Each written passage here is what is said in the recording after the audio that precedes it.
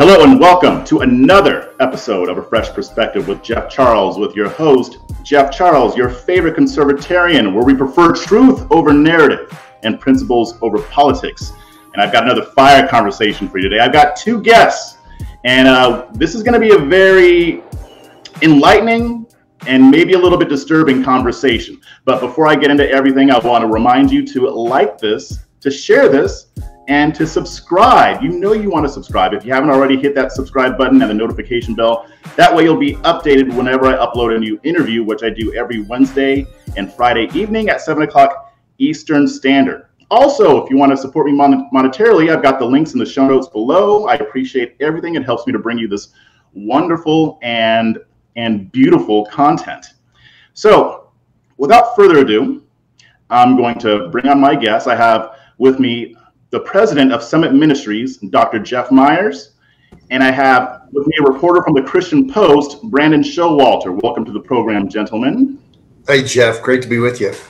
Thank you, Jeff.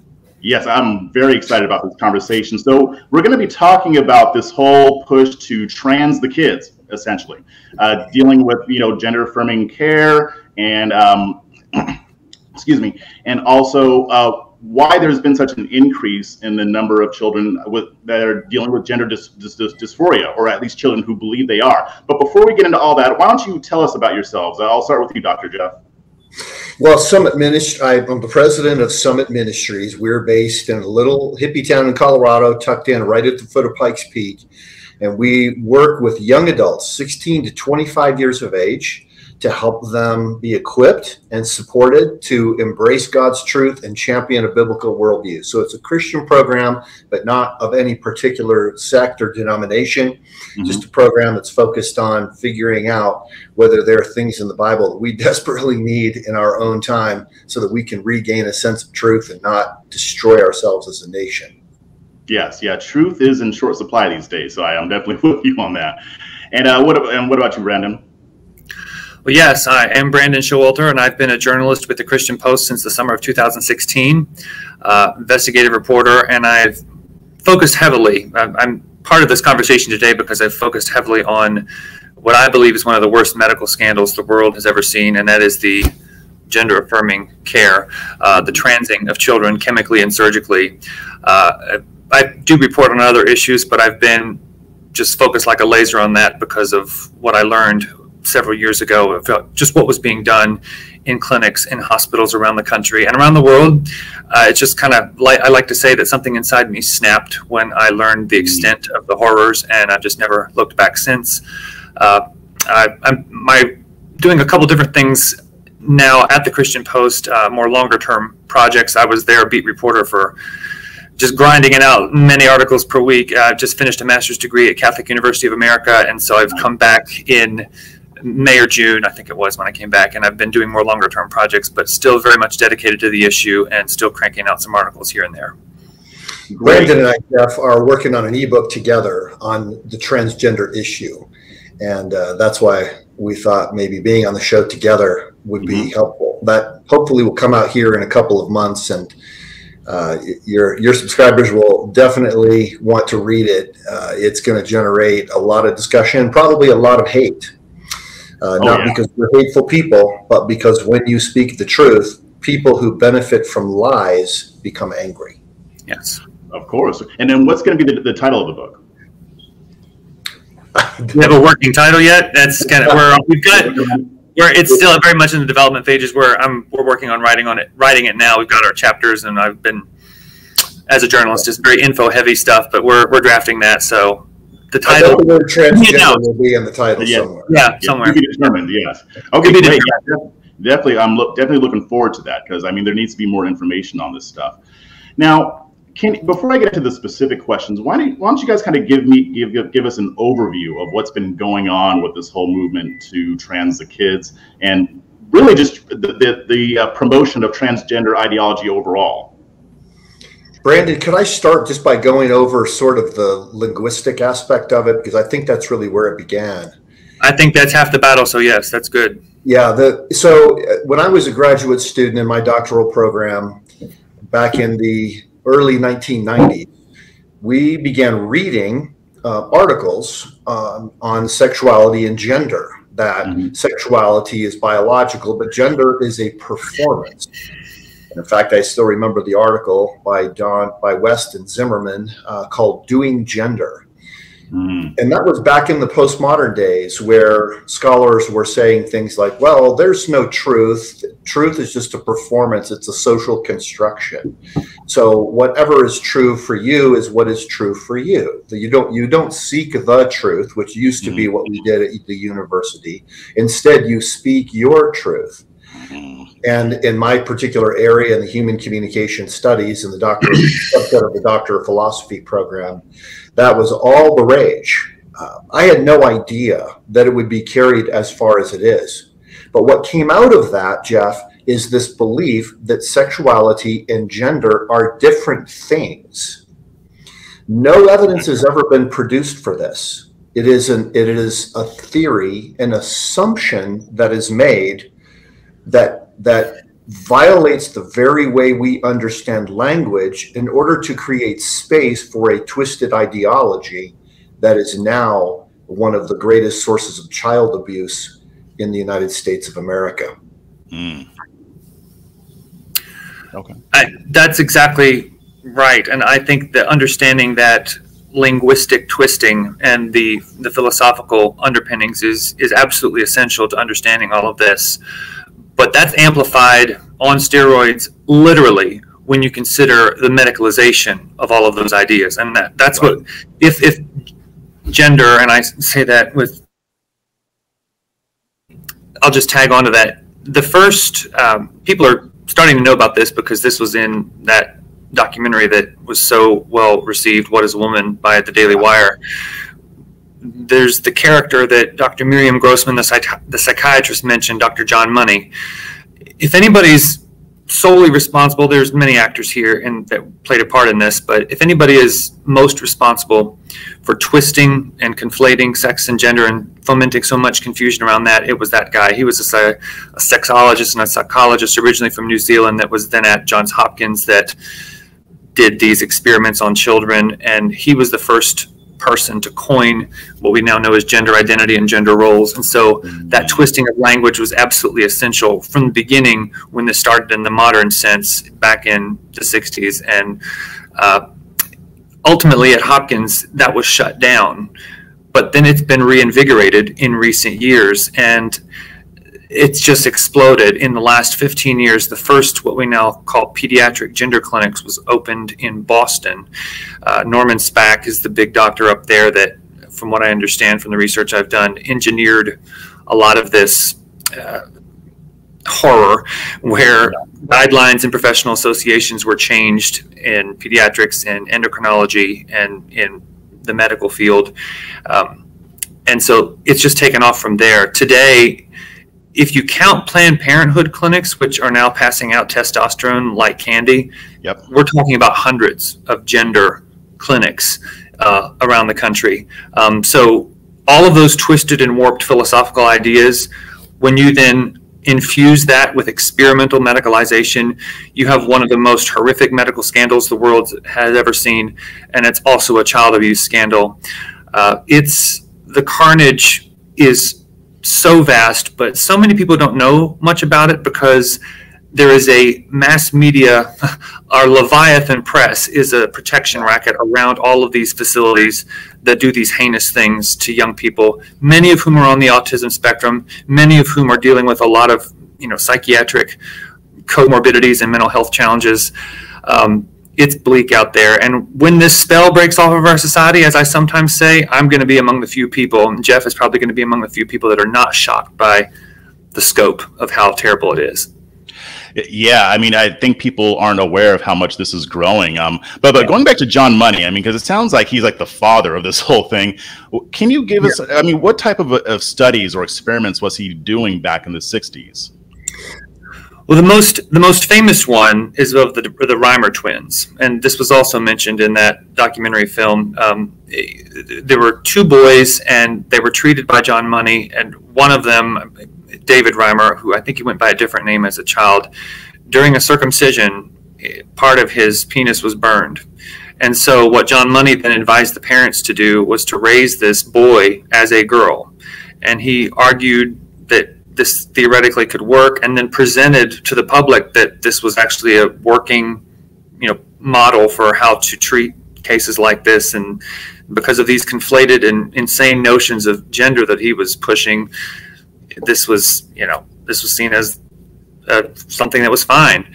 Of course, he later found out we later found out that he was not really a girl, that he was confused from the beginning. David Reimer was biologically male. Yes, something tragic happened as a baby with his circumcision going wrong, but he learned the truth, and then he changed his name to David. I don't know what it was before, like I said, but both of those twin boys wound up taking their own lives by suicide. I mean, it was just ended in tragedy. And I kind of think that's sadly, that was a foreshadowing of the horror that's now culture-wide. And we're seeing many people take their own lives. And you don't really know about it, because the line that modern trans activists push is that if you don't allow your kids to transition and go on this experimental realization, they will kill themselves. And so that just freezes parents in a state of panicked fear.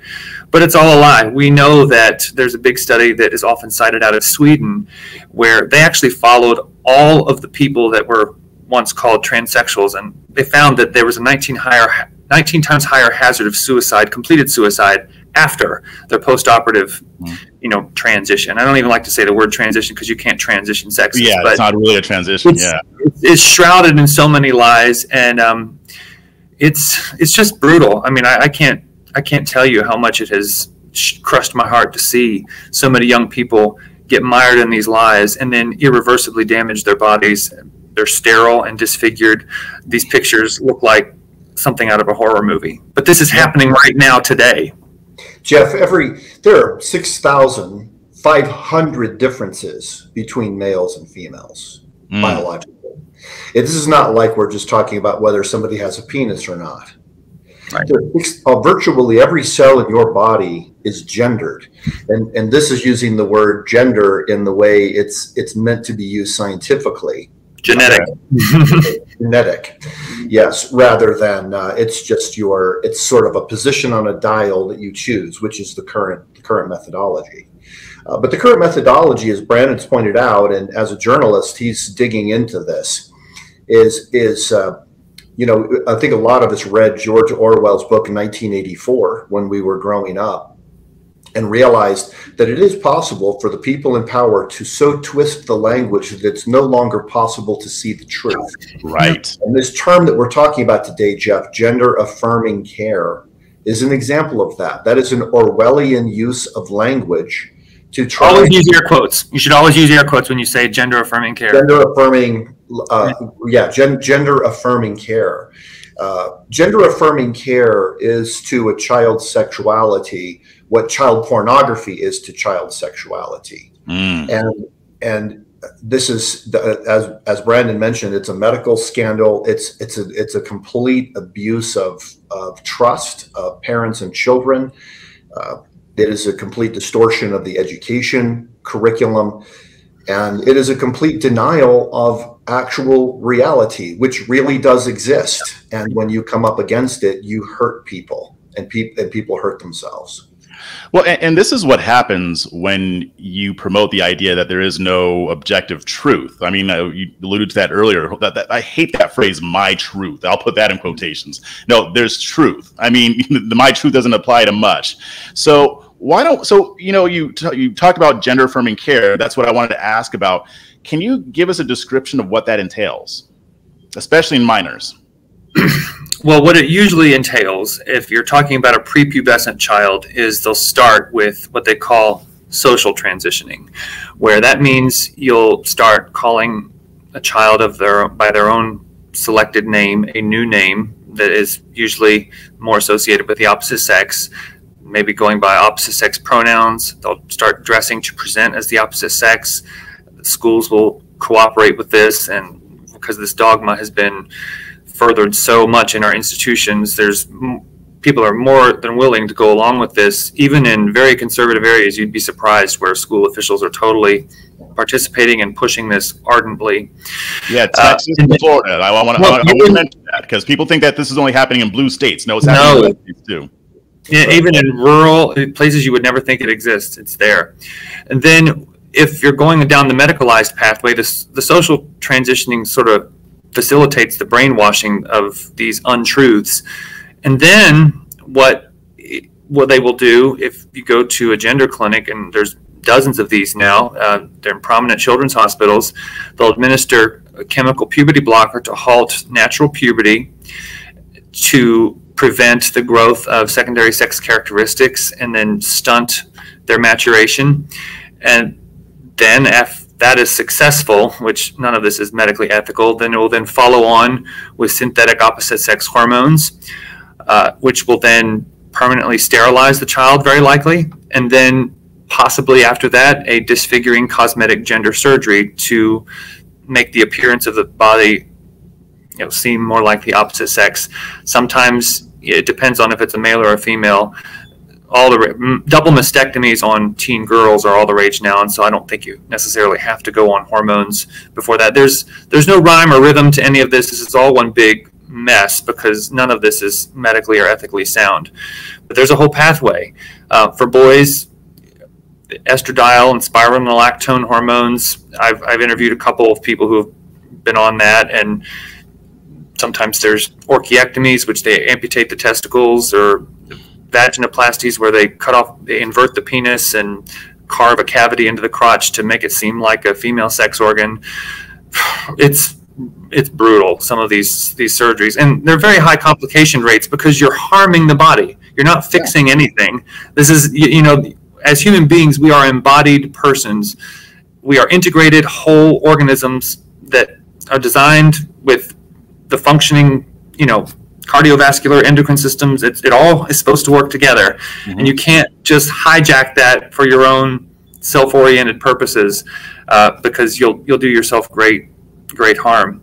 But I want to add something in here, Brandon, too. That's important because the medical information is so critical. But there is the social aspect that you mentioned at the outset is really significant. You're right. The reason that happened, 2/3 of people, according to the poll that we did through Summit Ministries, say that transgenderism is not a normal, healthy lifestyle. Right. But then we asked, well, then why don't you say anything? And half the people said, I don't say anything so as not to offend anyone.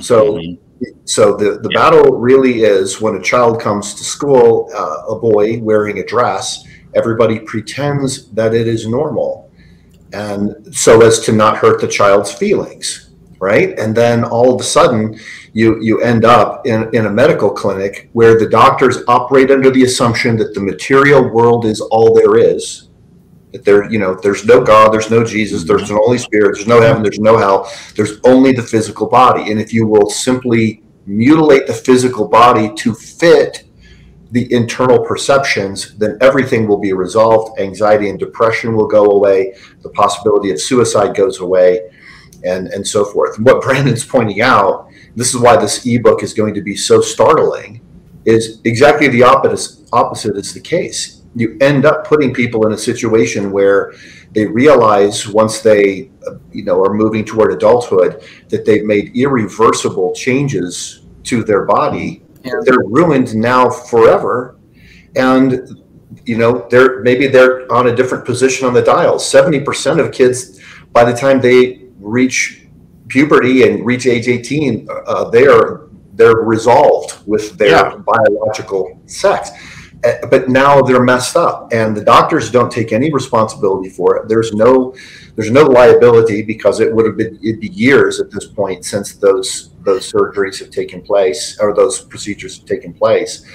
So I think when Brandon calls this the greatest medical scandal of our time, that needs to come to attention. This is unreal, but this is happening in our world now, and it's mostly happening because most people don't want to say anything so as not to offend others. Okay, and I definitely want to talk about the social aspect of that, because you're right. A lot of people are afraid.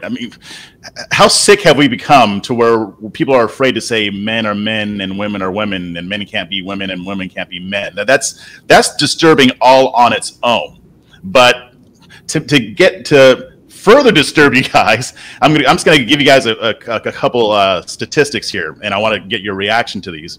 So the Florida Standard, they reported, and this is going to be a little bit of a long quote, but it says, quote, from 2017 to 2021, Florida Medicaid saw only a 63% increase in children receiving therapy for their treatment of gender dysphoria.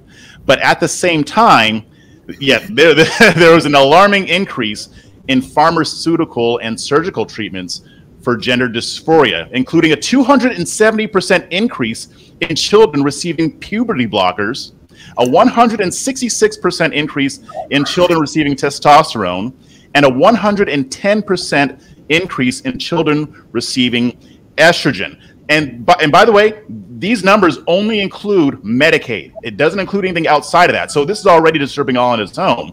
Also, you guys are probably familiar with Abigail Schreier's book, Irreversible Damage. In her book, she referred to a study in the United Kingdom that found a 4,400% increase in teenage girls seeking gender-affirming care. So my question is, what do you attribute these increases to? Well, I can say that you have to follow the money. There are many reasons, and for this, I'm going to give a shout out to a friend of mine who's done some of the most astonishing investigative journalism, Jennifer Billick. She blogs at the 11th Hour blog. She's published in a number of different publications. Most recently, she had an explosive article in Tablet magazine, which is a Jewish publication.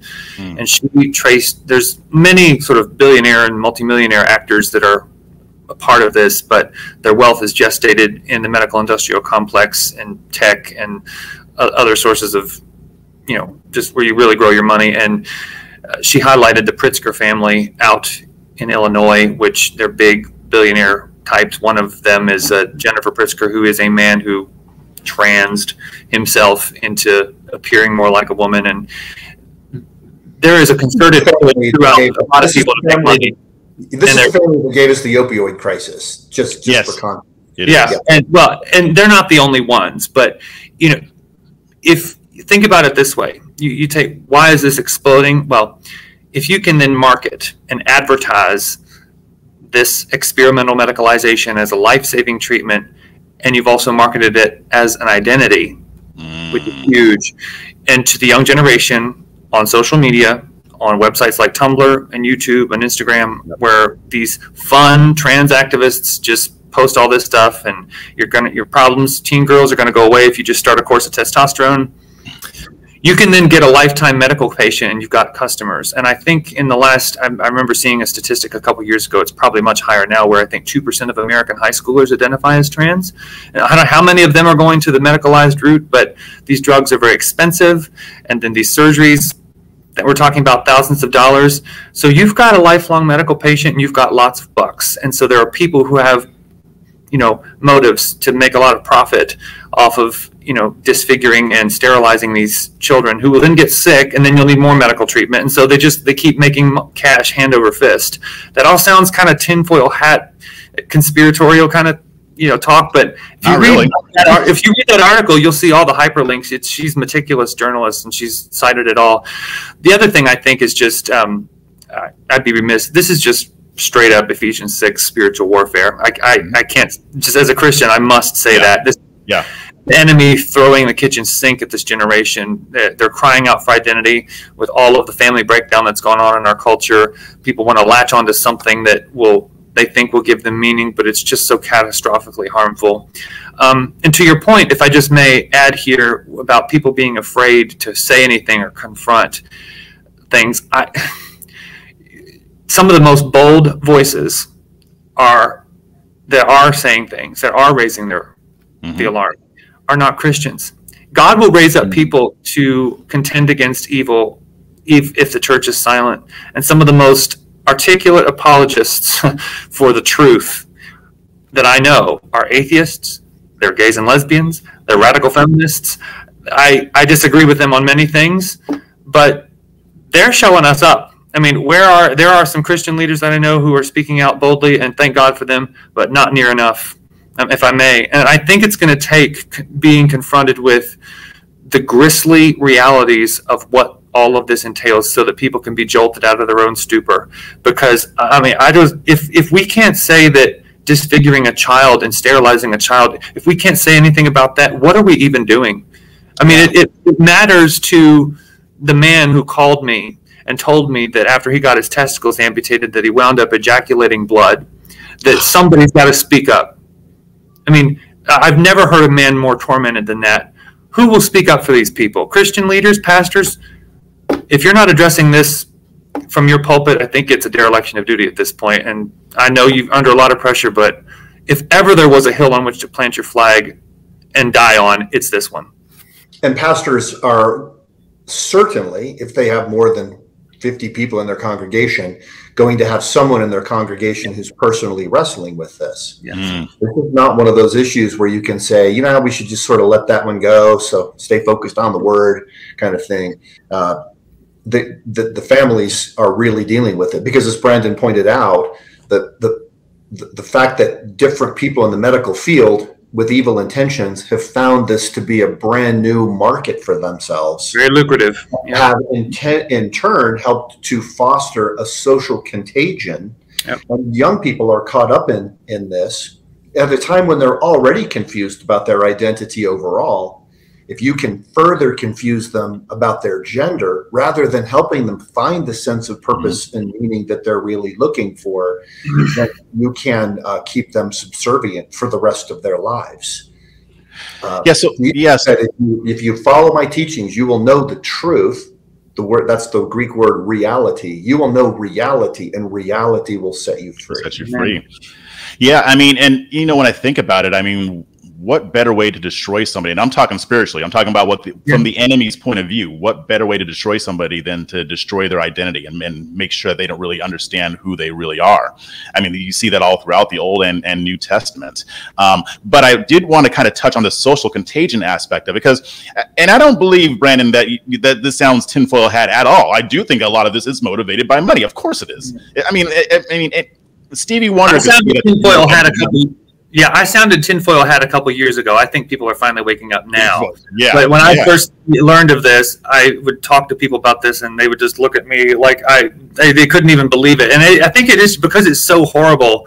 A sort of an analysis paralysis sets in with most people when I try to tell them about this kind of thing. And then I'll show them pictures of these post-operative butcheries that they do, you know, and then the color drains from their face, and they realize, oh, it's as bad as you say and probably worse. So. Yeah, and it's gonna get harder for these people to avoid it. At some point, you're either gonna, you know, get off the sidelines, or you're just gonna stay there. But why? But here's my thing, because there is that United Kingdom study that said that more teenage girls, especially, are seeking gender-affirming care. Why is there an increase here? I mean, because I know what the left would argue. They would say, oh, well, they're just feeling more comfortable coming out because now it's more socially acceptable. So that's why you have more of these kids coming out and identifying as transgender. But what's really going on here? Because I don't buy that for a second. Jeff, there are a couple of things that, and I'm curious to hear what Brandon says in response to this. But I work with young adults every day. I just finished the summer of programs where I had young adults with my team and me to study Christian worldview and apologetics for 2 weeks at a time. 1,710 students this summer, and so I can tell you what's going on in their minds and in their hearts. 75% of them say they do not have a sense of purpose that gives them meaning in life. 53% regularly struggle with anxiety and depression. Those are the facts coming out of COVID. Now, if you live in a culture that says, hey, the stereotypes are all true. If you're a boy and you don't play football, you know, you'd rather play the flute, maybe you're not a boy. Right. You know, and all of a sudden, all of these young men who are very you know, they're boys, they're male, they play the flute. Who cares? You know, or if a girl wants to play soccer, well, you know, maybe you're really masculine, maybe you're not actually a girl.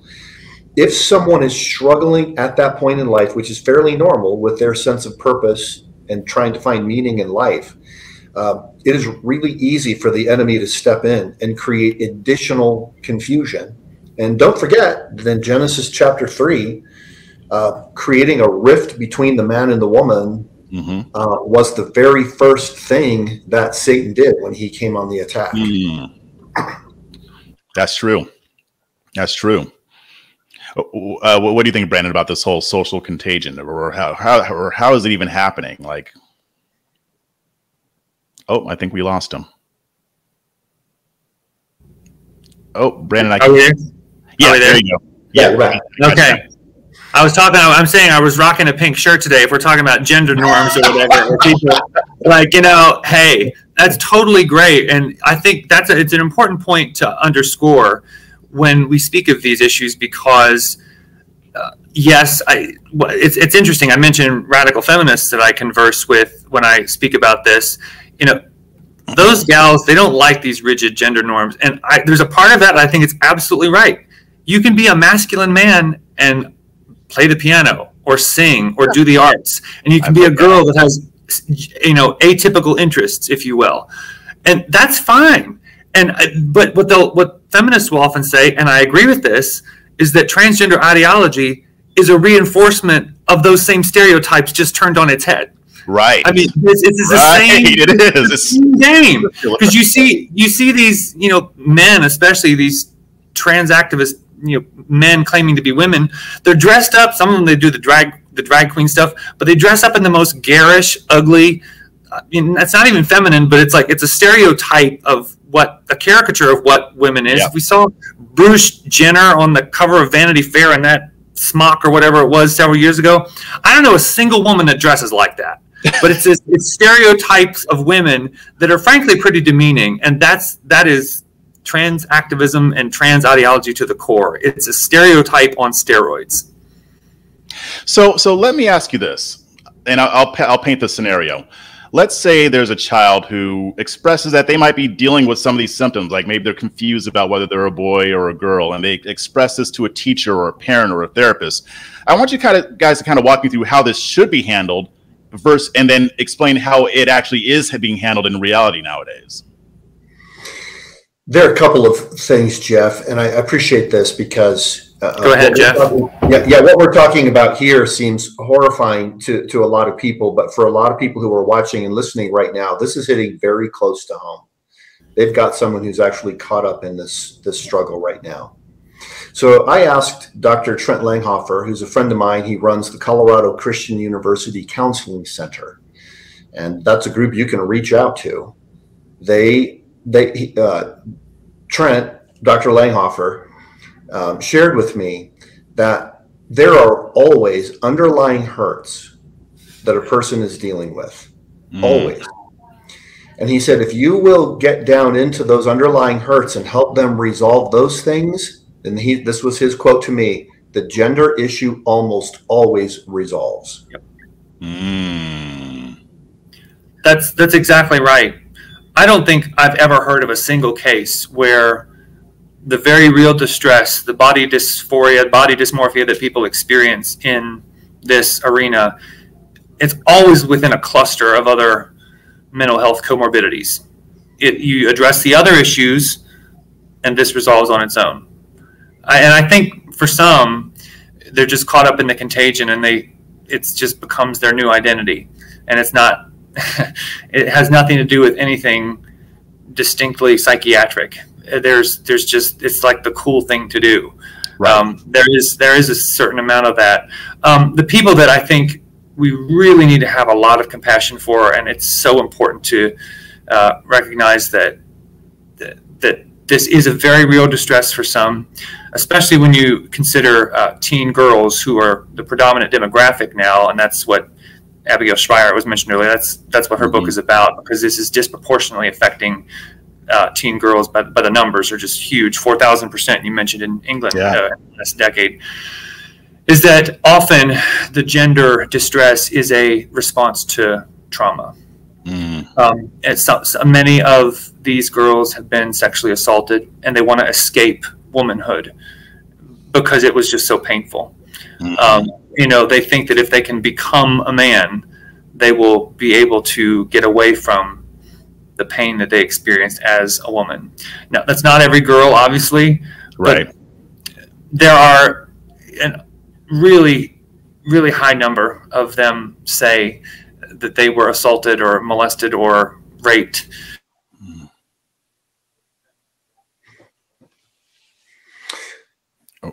Hey, Jeff, I think the video froze there, but I can jump in and okay, say, yeah, go ahead. You think about trauma, the last 2 years have included an enormous amount of trauma for young adults. Going through COVID, you had 475 young adults, the last I checked the statistics, who had died from COVID. 475. 8,000 had committed suicide. The numbers popped up to 100,000 people who died from drug overdoses, the vast majority of which are young people. The number one fear of people my age is government corruption. The number one fear of young adults I work with, being alone. Wow. So the COVID lockdowns, in essence, triggered a whole new level of trauma in young adults. And when people are traumatized, rather than trying to understand how to refill themselves, if they don't have the spiritual resources of Jesus, it's very hard for them to do anything other than just try to compensate for it.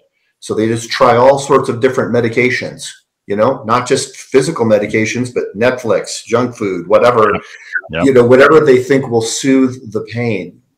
And there are a lot of young people out there now who've become convinced that they won't discover their purpose in life until they start taking these having these medical procedures done. And then that will give them the relief that they need, in the same way that someone would think, I've got a headache, a Tylenol will give me the relief I need. Right. Yeah. And it's really sad. I mean, there's a hole there, and you try to fill it with things that aren't going to fill it. I mean, that's the story of, that's the tale as old as time. Right. Yeah. Yeah. So last question, because we can go on and on about this, but I want to respect your time. But last question is, going back to what you said earlier, and I think we lost Brandon. Hopefully we'll be able to get him back on. But you mentioned people being afraid to speak out on these things, and I know that some people just don't really believe that it's happening because it is so atrocious. I can understand why somebody might doubt, but now there's enough proof out there. I mean, I'm sure Brandon's written about it. I've written tons of articles on this subject, and we're just a few of many. So how should we be pushing back on this? What are the best ways to stop this trend? Because they're not going to stop. I mean, these people aren't going to stop promoting this. How do we reverse this? What's going on? Well, I think of this as somebody who works with young people. So I'm thinking mostly of how my generation can help the rising generation grapple with this. With my own children, with the students I work with, I first of all want to try to understand what's happening with them and their friends. What's going on? Why are people doing these kinds of things? So, if your child says, look, I don't want to talk about it with you, you don't have to say, what do you think about it? You can ask, hey, are there any friends in your school that are struggling with their gender?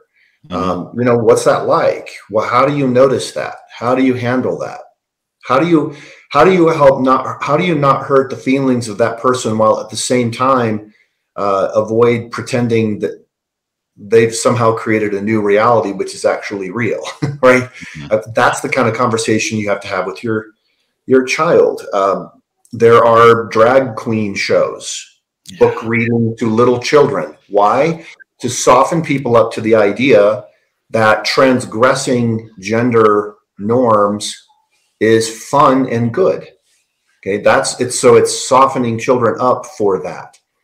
That conversation has to be had with the parent and the child to say that well-functioning adults do not act like this. There's something going on that is deeper. There's some kind of a hurt this person has experienced, and they feel that this sort of reaction by changing the physical impression that they give to the outside world is somehow going to make it better. And now, Jeff, notice when I phrase all of those questions that way, it's the same conversation that parents need to be having with their kids who aren't interested in transgender. Yeah.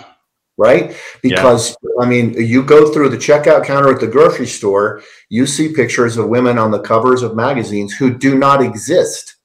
Okay, they take a real picture of a woman and they change it so much through airbrushing that person literally does not exist. And yet it's being held forward as the model of what a woman should look like, or the same thing, you know, on Muscle and Fitness magazine or whatever. You know, that this is all these things they do for the lighting and the preparation for the photo shoot and brushing themselves with, you know, tanning solution and all these things. This is not a real person. Right. Okay. So we need to go back to the idea that we were made in God's image, and he made us just the way we are, just the way he wanted us to be, for some great purpose that involves something that will bring glory to him and bring meaning to us. So parents who don't believe in God are going to have a tougher time having a conversation. Parents who aren't willing to, you know, ask the Lord for help in resolving the underlying hurts are going to have a very difficult time trying to come to any sense of it. And they're also going to have a very difficult time setting boundaries against the sexual abuse that almost certainly will happen to young people who are in this transition process. Yeah, definitely. And I'm sure we can go on and on about this. Maybe I can have you guys back on again. It looks like Brandon wasn't able to reconnect, but I really appreciate you coming on, because this is a very important topic. And I've been, especially when I realized that how prevalent this was, like I just couldn't not talk about it. So I'm glad that we're able to have these conversations. But before we sign off, why don't you let everybody know, let everybody know where they can find you. Yeah, it's very easy. My name is Jeff Myers. I'm the president of Summit Ministries. Our website is summit.org, summit.org. You can come there. Our resource library is free, has resources on how to understand and teach a biblical sexual ethic to young adults, video clips on all manner of topics and articles and other kinds of things that can be helpful there. So, all right. Yeah. Brandon's back. Yes. You got right. You don't even figured it all out. We solved it all. Yeah, so we're good. I'm so sorry. It just froze up on me here in our newsroom, and so I just had a very frustrated call with one of my superiors here. Is like, we've got to get this. I think it's our service provider. It's not their fault, but I'm sure it was a very scintillating conversation. And if I can just say anything else, it will be, this is a civilizational struggle. This is not even just about gender. It is about that, but this is what is at stake here is reality as we know it. If we don't get this question right, we will not be able to process the truth at all. This is a big deal. This is, as one of my favorite atheists who's contending against this says, reality's last stand. We will lose our last collective tether to reality, and that's our biology, if we don't declare the truth here. Yeah, I think you're right, because this issue deals with a foundational aspect of humanity, men and women. So yeah, I agree, and that's the perfect way to end on. But I'm hoping I can have you guys back on again sometimes to go a little bit deeper into this. But I really appreciate you guys coming on. Oh, and Brandon, I'm sorry, let people know where they can find you. Say again. Let people know where they can find you online. Oh, yes, I'm on Twitter at Brandon M Show, and then you can follow my byline at christianpost.com. Okay, great. Well, thank you very much, and we'll have to do this again soon. When the ebook comes out, we'd love to come back. Definitely.